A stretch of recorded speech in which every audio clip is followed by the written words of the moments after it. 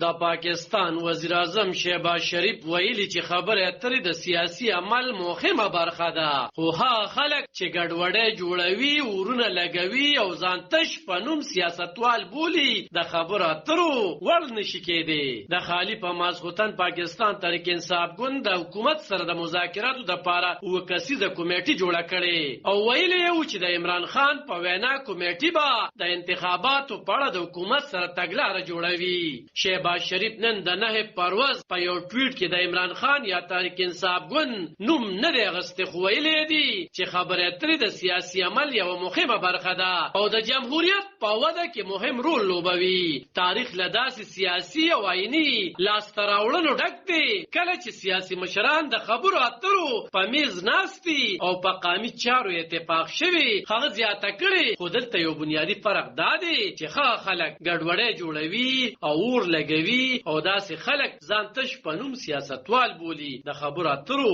وړ نشي کېدی. د پاکستان وزیر اعظم شهباز شریف ویلي چې دغه خلکو د وسلوالو اغمالو حساب پکار دی او دا کومه بده خبره نه ده، بلکې د نړۍ په پرمختللو جمهوریتونو کې د داسې خلکو سره حساب کیږي. عمران خان یا د هغه ګوند د وزیر اعظم شهباز شریف بیان ته کوم رسمي جواب نه دی ویلي. د وزیر اعظم نه وړاندې د پاکستان د حکومت مرکزی وزیرانو هم د مخالف پاکستان تحریک انصاف ګوند سره د مذاکراتو کولو رد کړي او د خزانه وزیر ساغدار ویلي و چې څو پورې چې عمران خان د قام نه معافي نه وي غوښتي مذاکرات نشي کېدی. د تحریک انصاف ګوند لخوا د حکومت سره د مذاکراتو لپاره په جوړه شوې کمیټه کې شاه محمود قریشي، پرویز خټک، اسد قیصر، حلیم عادل شیخ، مراد سعید او حماد اصغر شامل دي. د تحریک انصاف د کمیټې جوړول وروسته د حکومتي واکمنه ګوند مسلم لیکونو مشرانو په خواني وزیر اعظم نواز شریف ویلي وو چې خبره اترې د سیاستدانانو سره کېدی شي.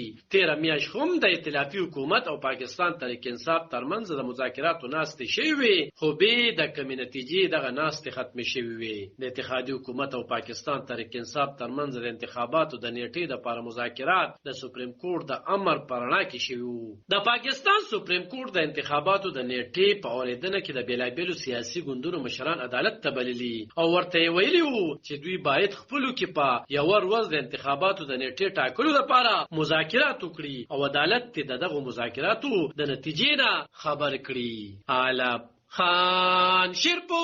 دلبر نیوز 400 دا پاکستان